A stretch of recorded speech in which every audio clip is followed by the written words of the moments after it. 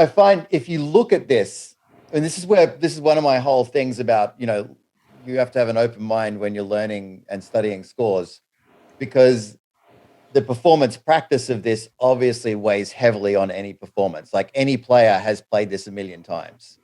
Um, and so the orchestra is pretty much on autopilot, and you've got a conductor giving input. But the dynamics are very extreme. I mean, in a lot of Tchaikovsky, it's extreme, right?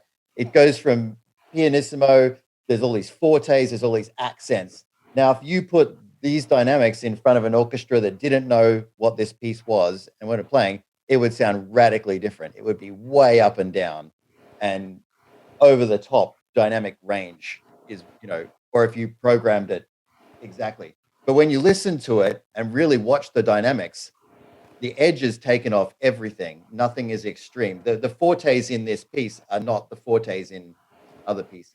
And the sforzandos and the accents are really just emphasis, and just goes to show how much, is going on under the hood of live musicians in interpreting the notation that doesn't happen with computers, or in my situation where I'm working with people sight reading, you have to be aware of. Like if I put an accent on a note in the studio, it's going to get hammered.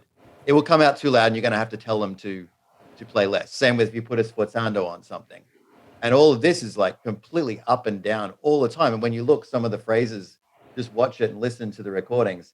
They're doing about a quarter of what is actually notated. Yes, I certainly noticed that in doing the mock-up and then going back and ABing Yeah, it with live recording.